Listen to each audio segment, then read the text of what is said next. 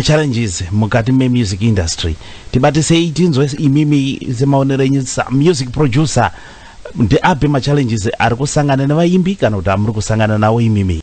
Ma challenges ashayikwe but challenge huru yatinayo ndeyepiracy.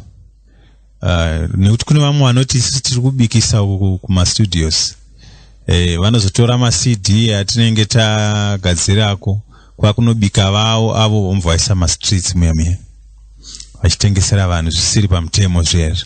Saka vanhu ivavo vati one day zvekuti vakukanganisa even market yedu kuti munhu azotenga original CD pane ka challenge because vanenge vakadonedza mutengo zvakanyanyisa vanotengesa ma streets vai. Sando challenge hombe yatinayo piracy yatukwadza. Rega nditsogerezve paalbum Ndini Wacho pandinotora kamba kanonzi Matsotsi. Handizve kuti matsotsi aya ari kubachina kudaranodza. Vakomana imi rega tipinde nako kambo kacho kambo Matsotsi paalbum Ndini Wacho vakomana veZenya Expresso vakatungamirira kuti daranodza.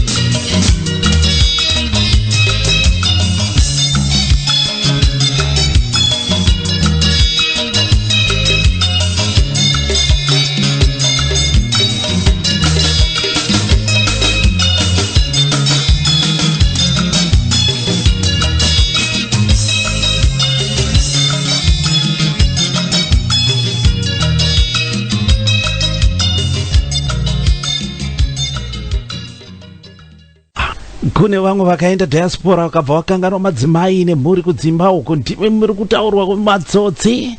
Unodireko naye kubira mhuri yako rufaro rwakanga ruinawo. Ndinodayira kuti maitiro zvakanaka nekambo matsotsi azvireve kubira munhu mumwe chete ikoko kudeprive vamwe nguva nemavharo kuba muri pachirongwa huchi pasina nyuchi namavharo chete promotions ndovanokunzira chirongwa ichochi. Muri yeZimbabwe ndinodayira kuti maitirwa zvakanaka nehurukuro yananga ndinayo namukoma Norman Tapambwa Dharanodza rinova zita ripastage vanofamba nechikwata Zenya Express manzwa nhoroondo kubvira kutanga kwavakaita vachirova mhanzi mukazonzwa makurira vakaita pamwe chete nevabereki vavo mukazonzwa zvakare matambudziko avari kusangana nawo maalbums avo akarova zvese neambisheni yavo yekuda kuti vazoti Mwari akavaitira zvakanaka vatange musical school. Muri yeZimbabwe munoda kuziva kuti chirongwa chinechi tinokuramba tiri kungokunzirai vaimbi week in week out kwese kwavanenge vari kwese kwatinokwanisa kuvabata tinoonza pachirongwa huchi pasina nyuchi.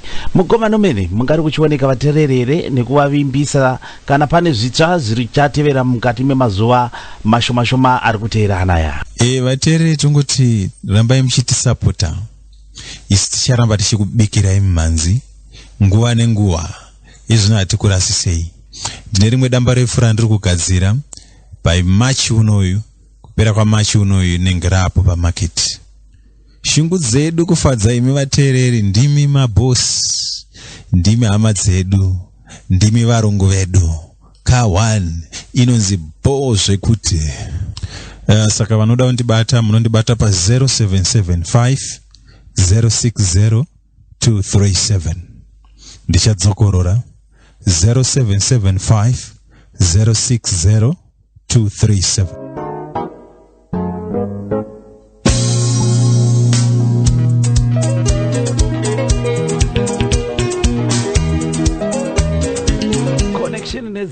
Connection neZimbabwe tavata dambura nekuti tapedzerana namukoma Dharanodza mukoma Norman Tapambwa vabata zvavo vari pastudio pavo Live Sound Studios International hanzi the best music oven iwa ngoma dzinoita kukangwa ngoma dzinokangwa mhanzi kukangwa.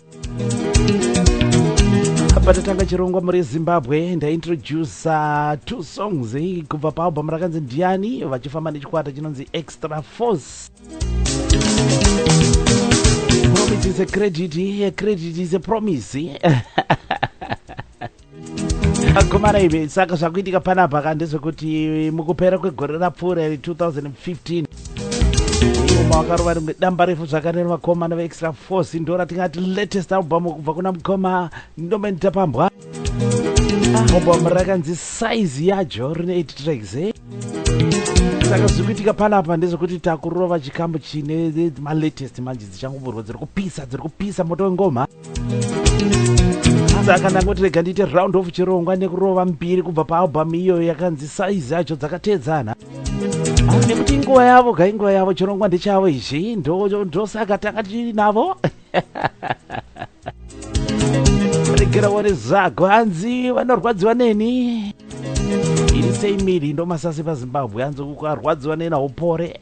Aiwa ukarwadziwa nemunhu haumbofa kapora nekuti munhu anoshanda nesimba raMwari simba redenga. Rega nditori title track album rakanzi size yacho but rega nditori kamba kanzi size yakanaka. Ukamanikidzira size ronga unokwara unoita konzi. Rega tikanzwe kamba kanonzi size yakanaka kubva pa latest album yankoma Dharanodza akomana kamo size yakanaka.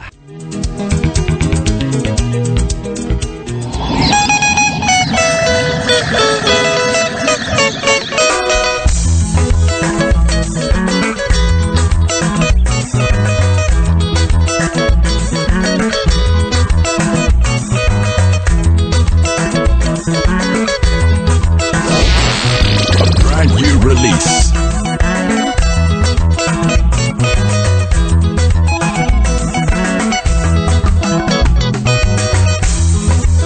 Kana saizi yaramba, sasa kana saizi ya ramba zama imbe, kana saizi ya ramba zama imbe, kana saizi ya ramba zama imbe.